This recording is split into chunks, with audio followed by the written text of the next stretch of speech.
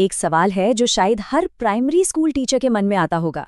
बच्चे सालों साल स्कूल आते हैं, लेकिन फिर भी एक सीधा साधा वाक्य तक नहीं पढ़ पाते। तो क्या वर्णमाला रटाने के अलावा कोई और रास्ता भी हो सकता है? चलिए आज इसी पर बात करते हैं। जरा सोचिए इस बारे में, क्या वाकई में क ख ग को रटे बिना पढ़ना सिखाया जा सकता है? क्या सीखने की शुरुआत सीधे उन शब्दों से हो सकती है जो बच्चों के लिए मायने रखते हैं, जैसे कि उनका अपना नाम? ये एक ऐसी पहेली है ना जिससे देश भर के टीचर्स जूझते हैं। बच्चे सालों तक क्लास में बैठते हैं, लेकिन फिर भी एक सिंपल सा वाक्य पढ़ने या अपना ही नाम लिखने में उन्हें मुश्किल होती है। तो आखिर गड़बड़ कहाँ है? तो इसकी एक बड़ी वजह है हमारा पुराना तरीका, जिसे बॉटम अप अप्रोच कहते हैं। मतलब ये कुछ ऐसा है कि किसी को घर बनाना सिखाना हो, पर पहले उसे हर एक ईंट का आकार रटाया जाए, ये बताए बिना कि भाई घर दिखेगा कैसा। हम सबसे छोटी और उस वक्त बच्चे के लिए बेमतलब इकाई से शुरू करते हैं, जैसे क ख ग।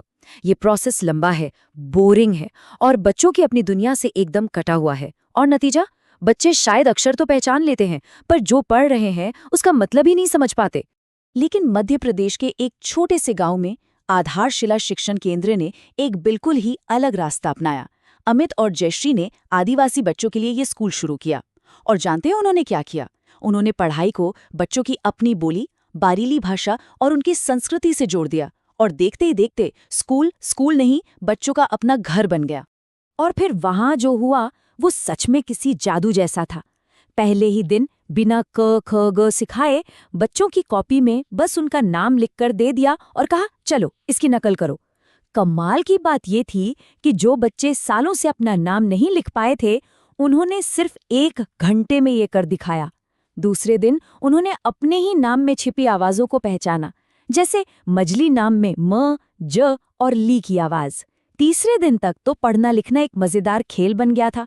बच्चे क्लास में घूम घूम कर अपने जैसे अक्षर वाले दोस्तों को ढूंढ रहे थे। और 5वें दिन तक वो दोस्तों के नामों से अक्षर उधार लेकर नए नए शब्द बना रहे थे। और बात सिर्फ सही सही लिखने की नहीं थी। एक छोटा बच्चा था स्वालाल। उसने अपने नाम की जगह मैगी नूडल्स जैसी कुछ लकीरें खींचती थी। पर वो इतना खुश था। क्यों? क्योंकि उसने अपनी एक पहचान, अपना एक निशान बना लिया था। इस तरीके में शुरुआत में परफेक्शन से ज्यादा जरूरी है बच्चे की भागीदारी और उसका जोश। तो सवाल ये है कि क्या ये सिर्फ एक अच्छी सी कहानी है या इसके पीछे कोई ठोस एजुकेशनल साइंस भी काम कर रहा है? जी हाँ, बिल्कुल।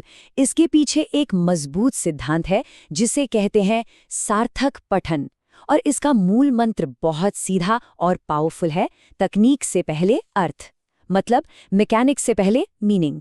सार्थक पठन एक ऐसा नजरिया है जहां सीखने की शुरुआत बेमतलब अक्षरों से नहीं, बल्कि पूरे मतलब वाले शब्दों से होती है। ऐसे शब्द जो बच्चे की जिंदगी से सीधे जुड़े हों, जैसे उसका अपना नाम, माँ या आम। ये सिर्फ शब्द नहीं होते, ये तो भावनाएं हैं, अनुभव हैं। तो फर्क बिल्कुल साफ है। एक तरफ है पुराना तरीका जो अक्षरों को रटाने पर जोर देता है, जो नीरस हो सकता है, और दूसरी तरफ है सार्थक पठन, जिसकी शुरुआत ही मतलब से होती है। जब एक बच्चा आम शब्द देखता है तो वो सिर्फ 2 अक्षर नहीं देखता। अरे, उसके दिमाग में तो आम का स्वाद, उसकी खुशबू, उसका रंग सब एक साथ आ जाता है। तब सीखना कोई बोरिंग काम नहीं, बल्कि एक जिंदा, मजेदार अनुभव बन जाता है जो बच्चों का कॉन्फिडेंस बढ़ाता है। तो अब मन में ये सवाल आ रहा होगा कि ये सब अपनी क्लास में शुरू कैसे किया जाए? क्या इसके लिए बहुत सारी तैयारी या सामान की जरूरत होगी? तो अच्छी खबर ये है कि बिल्कुल नहीं। और यही तो इस तरीके की खूबसूरती है। 3 बहुत ही आसान कामों से शुरुआत हो सकती है। पहला, लेबलिंग। क्लास की हर चीज पर उसका नाम लिखकर चिपका दें। मेज, कुर्सी, खिड़की, दरवाजा। इससे क्लासरूम खुद ब खुद एक बोलती हुई किताब बन जाती है। दूसरा, अनुभव चार्ट। बच्चों के साथ उनके किसी हाल के अनुभव पर बात करें, जैसे बाजार घूमना, और उनके बोले हुए शब्दों को एक चार्ट पर लिखें।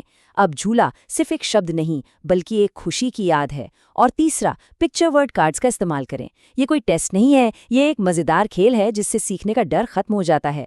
आधारशिला का ये प्रयोग और सार्थक पठन का ये सिद्धांत हमें एक बहुत ही मजेदार आइडिया की तरफ ले जाता है।